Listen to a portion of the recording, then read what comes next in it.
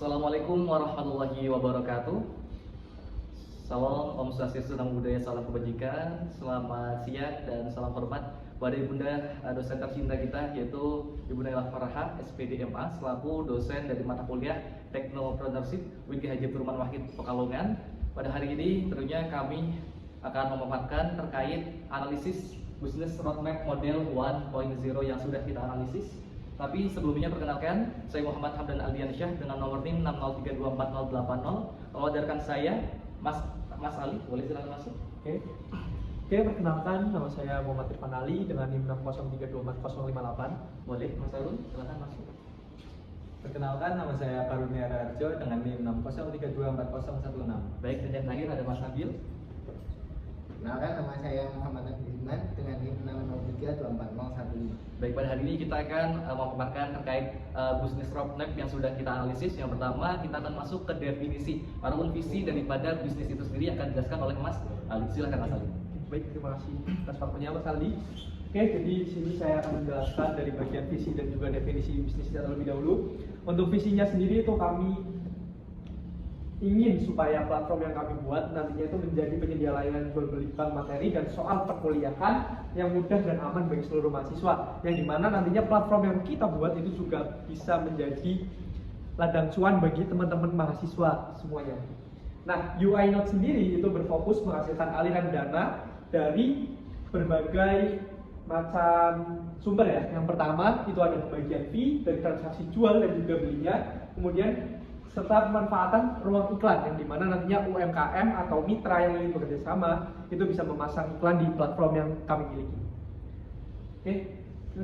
Kemudian selanjutnya itu ada target pencapaian yang dimana target omset yang tim kami terapkan yaitu ada 1 miliar per tahun, yang dimana target omset ini realistis karena kami melihat demand yang cukup banyak di kalangan mahasiswa, sehingga nantinya kami harapkan omset ini bisa tercapai di tahun pertama. Seperti itu.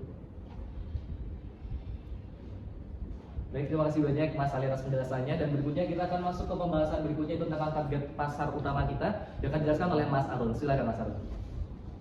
Ya, jadi target pasar utama kita untuk UIN Notes ini adalah mahasiswa UIN Haji Abdurrahman Wahid Pekalongan dengan tingkatan kelas dari kelas bawah, menengah sampai kelas atas.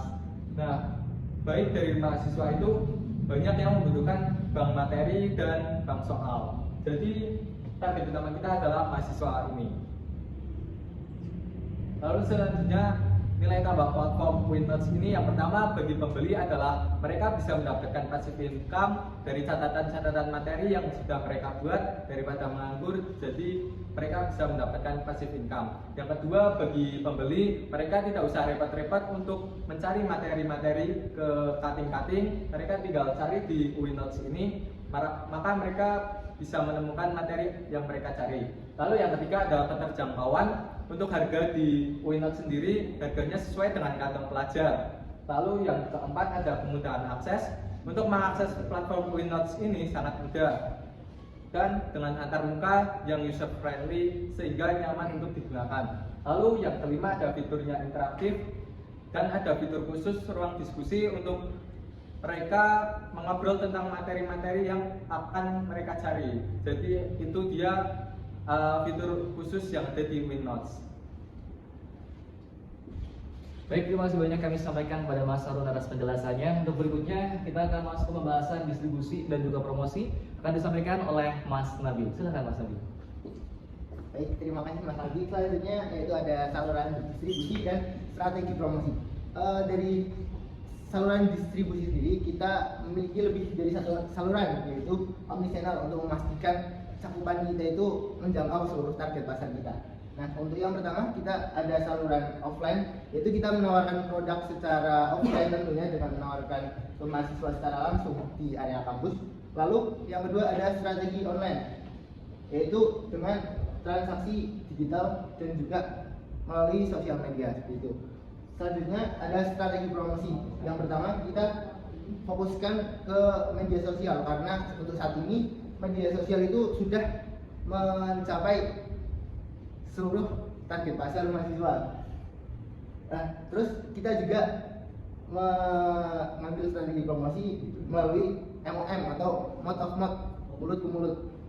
Nah, lalu unique selling yang kita berikan juga yaitu karena untuk dari segi penjual ataupun penulis soal ataupun penulis materi itu karena mereka membutuhkan cuan.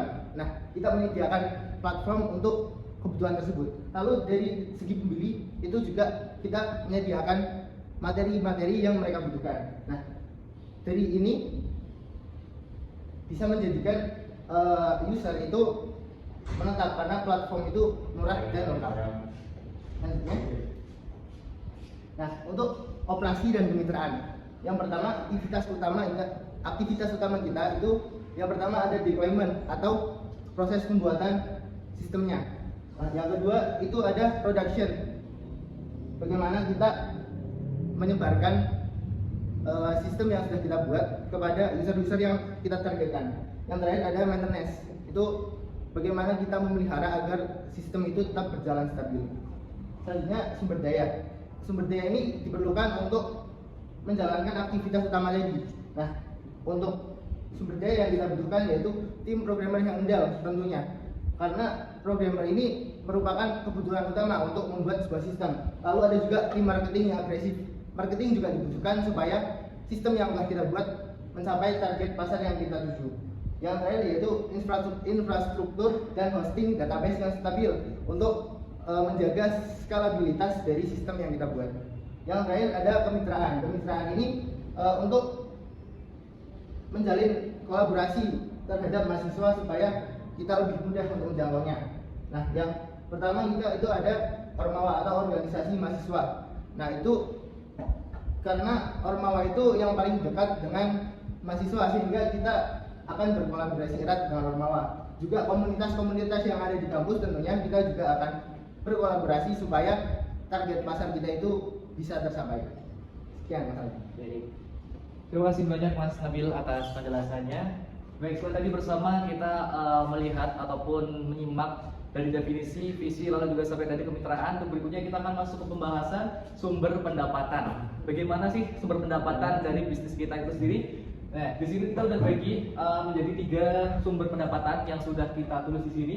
Yang pertama tentunya dari fee transaksi itu sendiri yang tadi udah dijelaskan sama teman-teman kita. Lalu yang kedua itu tentang untuk iklan penjualan, ya. Jadi untuk income yang kedua itu berasal dari iklan penjualan, itu besarannya sebesar 20%. Kalau tadi untuk fee transaksi sudah 60%. Nah, untuk berikutnya ini ada iklan UMKM, itu besarannya di angka 20%. Nah, dari macam-macam sumber pendapatan ini kita bisa analisis di bawahnya ini. Di sini bisa dilihat analisis pendapatan harian. Let's say kita dalam satu hari itu mendapatkan 100 transaksi per hari, di mana itu kalau kita akumulasikan bisa mendapatkan fee sebesar Rp150.000. Ditambah mungkin ads dari seller tadi yaitu sebesar Rp50.000 dan juga mungkin ads UMKM di sini Rp50.000, maka bisa kita estimasikan bahwa jumlah totalnya itu sebesar Rp250.000 dalam satu hari. Nah, kalau kita akumulasikan dalam jangka waktu 30 hari maka didapat hasilnya 7.500.000 per bulan, seperti itu. Baik, boleh lanjut Mas Lanun?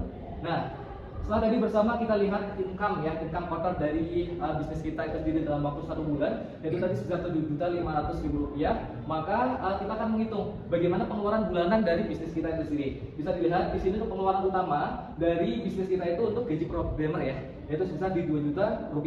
Lalu untuk tim marketing itu di angka Rp450.000 dan untuk hosting dan juga database itu di angka Rp50.000. Maka kalau kita akumulasikan 2.450 tambah 50 didapat di angka Rp2.500.000.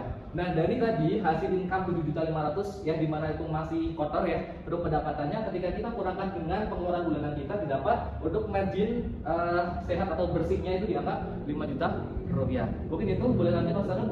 Nah, mungkin telah tadi sedikit gambaran ataupun bisnis roadmap dari kelompok kami. Harapannya kelompok kami mungkin ke depan bisnis ini bisa direalisasikan dan juga mungkin dengan mitra-mitra tadi yang sudah kita sampaikan di sini juga semoga nanti dilancarkan segala urusannya gitu ya. Mungkin mau masuk lagi?